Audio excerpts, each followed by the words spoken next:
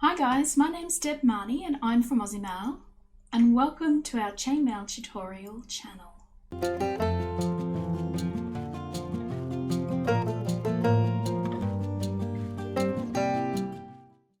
Hey guys, big hello, hi, thank you so much for popping along and spending some of your day with us. Today I'm going to be creating a project from our Mail It in Minutes playlist. It's a sweet little necklace using Byzantine. So guys, let's just jump straight into it. Okay, so here's a sample piece of the necklace that we'll be doing today. So as you can see, it's just a small section of graduated Byzantine with some chain for the necklace. Okay, so to make this you're going to need the following components. Working in bright aluminium, 14 gauge AWG, which is 1.6mm diameter wire. You'll need rings with a ring ID of 5.5mm, and you'll need 14 of those. In 16 gauge AWG or 1.2mm diameter wire, you'll need rings with a ring ID of 4.25, and you'll need 12 of those ones. In 18 gauge AWG, which is 1.0mm diameter wire, you'll need rings with an ID of 3.5mm, and you're going to need about 13 of those ones. And then in 20 gauge AWG, which is 0.8mm diameter wire, you'll need rings with a ring ID of 2.75mm, and you're wanting to have about 17 of those.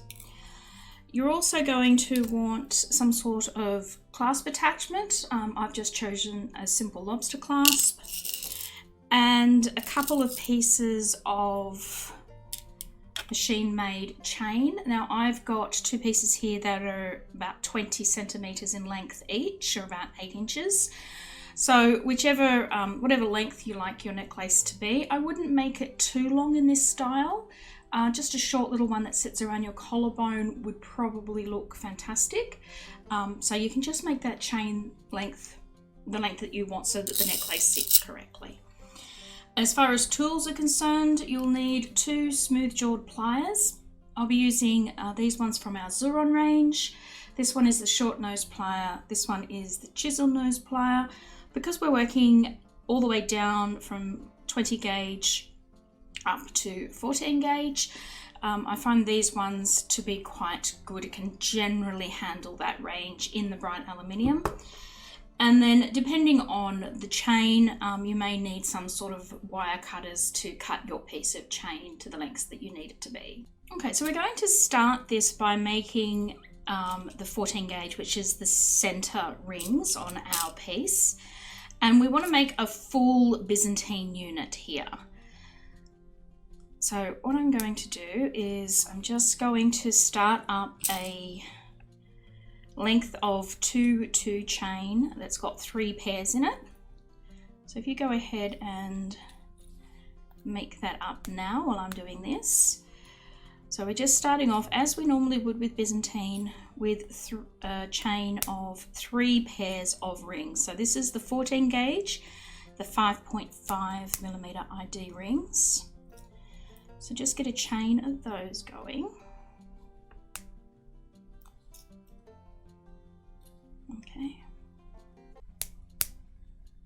Okay, so once you've got your chain made up, I'm going to take a twist tie. This isn't necessary, but it does make it a little bit easier to handle. Just pop that through one end of your rings. It just gives you a little bit more working space. It's not going to stay there long. We're going to remove it very quickly. So once you've got your chain of 3 in place, hold on to the end pair or the handle and hold your work like this. Flip back the other end pair of rings so that you've got one sitting each side of the center rings. Flip them all the way back so that they touch your work and sort of give it a little squeeze. And when you give it a squeeze, these ones up here generally open up and they create this space that you can see. If your top pair of rings don't open up, just give them a little bit of a help so that you can see this space just here, because that space there is where we're going to be placing our next ring. Okay, so taking up another ring of the same size, feed it through that space so that you capture both those rings, close it up, and repeat with a second ring through the same space. When you're working in Byzantine, you usually work in pairs, and you also work in with a starting chain of 3 pairs each. So this here is effectively our half Byzantine, and we're going to create the other half. So we want to start again with that 3 pairs of rings. So this last pair that we put in here, that becomes the first in our pair, our set of 3 pairs. So we just want to put another lot of rings through those, another pair. Okay, so that you've got 2 sets, and we need 3 sets in total. So we're going to pop on another one. Just straight through the end of your work. Okay, close it up and create, pop in another weave, another ring. All right, so we're back to our 3 starting chains again. So again, we hold on to our work. We flip back that pair of rings, 1 on each side. We pinch them all the way back against our work, and we open up these top 2 rings so that we can expose this space here. And in that space is where we're going to put our next ring. So we just go straight through there, making sure we pick up both sets of rings there. These are the rings that we folded back, and we're just locking those in place. So we put 1 in, and then we put another in. Okay, so that's your fully completed Byzantine unit. We're going to remove the twist tie now. We don't need it there anymore. And what we're going to do is we're going to start building off with the graduating pieces. So next we're going to take our 16 gauge ring, our 1.2mm wire ring with the 4.25mm ID. And we're going to build that set of 3 pairs again. So this last pair that we placed here, that's our first set. And then with our 16 gauge rings, we're going to put in the second pair and the third pair. So just go ahead now and do that.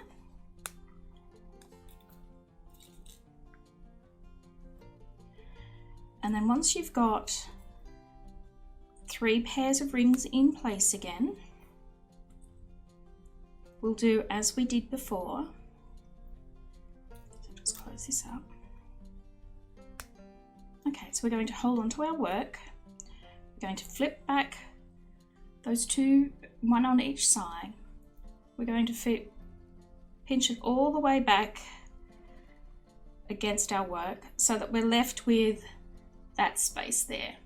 And taking up another 16 gauge ring, we're going to feed that through that space, pick up those 2 rings, close it up, and repeat with a second 16 gauge ring. Okay, so our work is looking like this at the moment. So we're finished with 16 gauge now. We're going to launch into the 14 gauge rings. The 18 gauge rings, my apologies. So the 18 gauge are the 3.5mm ID rings. And again, we're going to make that chain of 3 pairs. So the last pair that we put in for the 16 gauge becomes our first pair in the chain. And then we add 2 more pairs of rings so that we're back to the starting point of our chain of 3 pairs of rings. Okay, so last pair going in.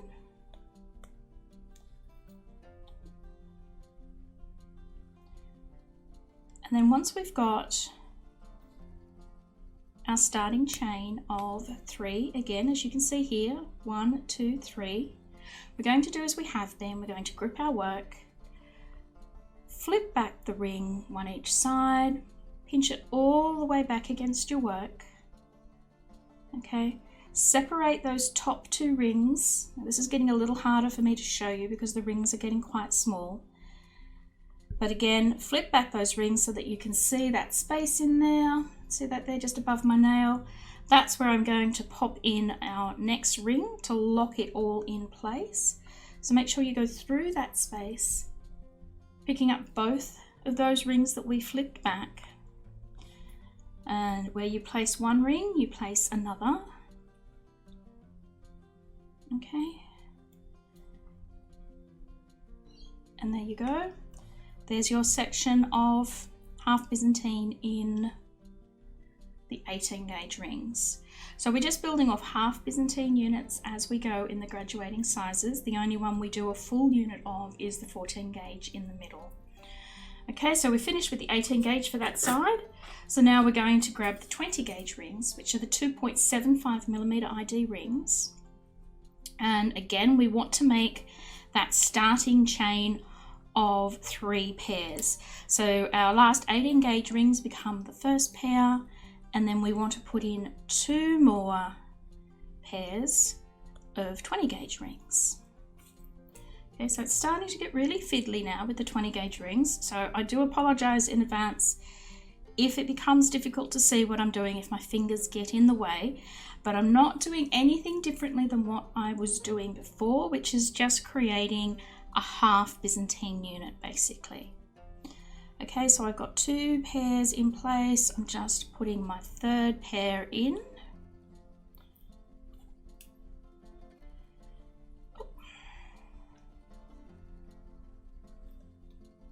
Okay, and that's our final pair in our chain of 3 done. So you can see our 3 rings, 3 pairs there, 1, 2, 3. So as before, we grip our work between our fingers, we fold back that top pair of rings, fold it all the way back and pinch it against your work. You'll need to open up those top pairs of rings if they don't open up and create that little space in there, and that's where you put your next ring. So taking up another 2.75mm ring, feed it through that space, locking all those rings in place. And then once you've got one ring placed, you'll want to place a second ring.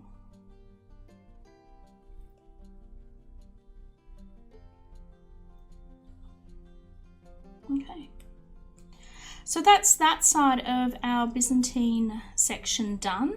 So you can see our 14 gauge, our 16 gauge, 18, and then down to 20 gauge. We want to repeat that on the other side, starting with our 16 gauge rings. So if you just go ahead and do that, and I'll meet you back here to show you how to finish it all off. Okay, so I've finished adding the rings both sides, so we've now got our finished Byzantine piece, and all that remains is to add the chain. So what I'm going to do with this is I'm just going to take up the 20 gauge 2.75mm rings. I'm going to feed that through the end of our piece, and before I close that up, I'm going to pop on one of the lengths of my chain, okay, and close that up. Now I'm going to put another ring through there, so you want to make sure that the chain that you use can take 2 rings, otherwise just adjust it as you need.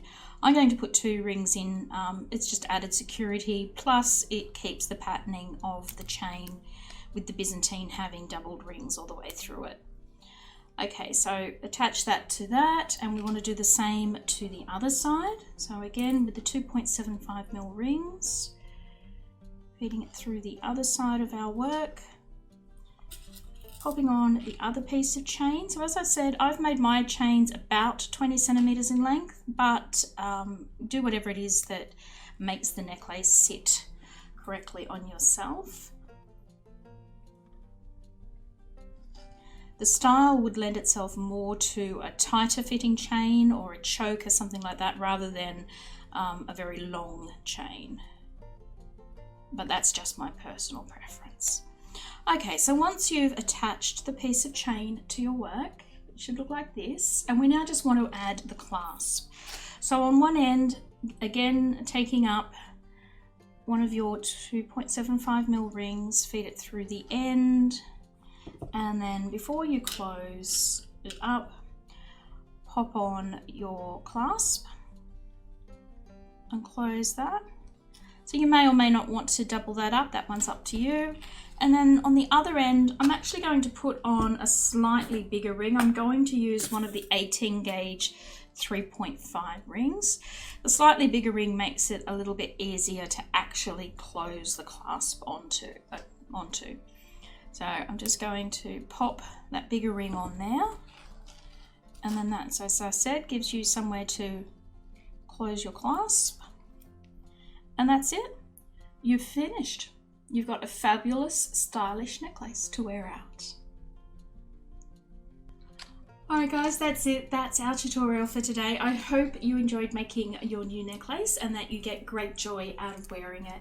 If you did enjoy the video today, don't forget to give us a thumbs up here on YouTube, share our video if you like, leave any comments or questions below. We'd love to hear from you guys. If you want to offer us some further support and you haven't subscribed to us already, then consider doing that. And while you're there, don't forget to hit the bell so that you'll get notifications every time we upload content. Also, while you're here, don't forget to check out the many video tutorials that we have here on YouTube.